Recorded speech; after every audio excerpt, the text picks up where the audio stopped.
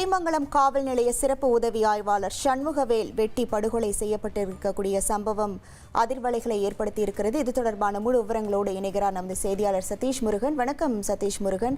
தமிழகத்தையே இந்த கொலை சம்பவமானது உலுக்கி இருக்கிறது என்றே கூற முடியும். இது தொடர்பாக எதிர்க்கட்சி தலைவர்கள், அரசியல் தலைவர்கள் என பலரும் கண்டனம் தெரிவித்து வரக்கூடிய சூழல்ல இந்த கொலை சம்பவம் தொடர்பாக என்ன விசாரணையானது நடைபெற்று வருகிறது?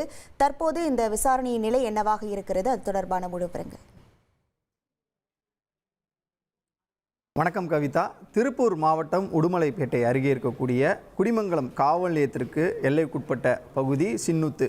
இந்த சின்னூத்து பகுதியில் இருக்கக்கூடிய ஒரு தென்னந்தோப்பில் குடும்ப தகராறு காரணமாக பிரச்சனை ஏற்பட்டு விட்டதாகவும் உடனடியாக அங்கு சென்று அந்த பிரச்சனையை என்ன என்று கவனிக்குமாறும் நேற்று இரவு 11 மணி அளவில் குடிமங்கலம் காவல் நிலையத்திலிருந்து தகவலானது வெளியாகியிருக்கிறது.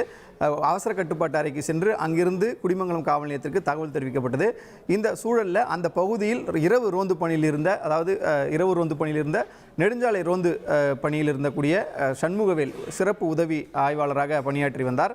இவருக்கு வயது 52. தாராபுரம் பகுதியை சேர்ந்த இவர் குடிமங்கலம் காவல் நிலையத்தில் பணியாற்றி வந்த நிலையில் ரோந்து பணியில் இருந்த அவர் தன்னுடைய ஓட்டுநர் ஆயுதப்படை காவலர் அழகுராஜாவை அழைத்து கொண்டு இரவு 11 மணி அளவில் அந்த பகுதிக்கு செல்கிறார்.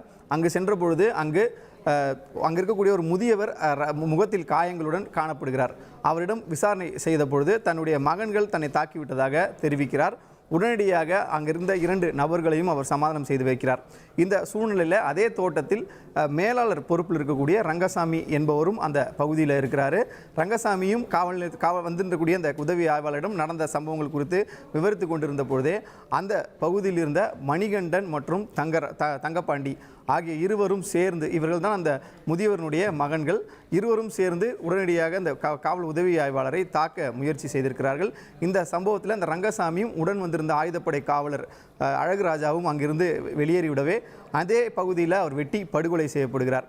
இந்த சம்பவம் குறித்து உடனடியாக அழகுராஜா உயரதிகாரிகளுக்கு தகவல் தெரிவித்தவுடன் அந்த பகுதிக்கு வந்து பார்த்தபோது சிறப்பு உதவி ஆய்வாளர் சண்முகவேல் மரணம் அடைந்திருந்தார். இது குறித்து 7 பிரிவுகளின் கீழ் தற்பொழுது இந்த வழக்கு பதிவானது செய்யப்பட்டிருக்கிறது.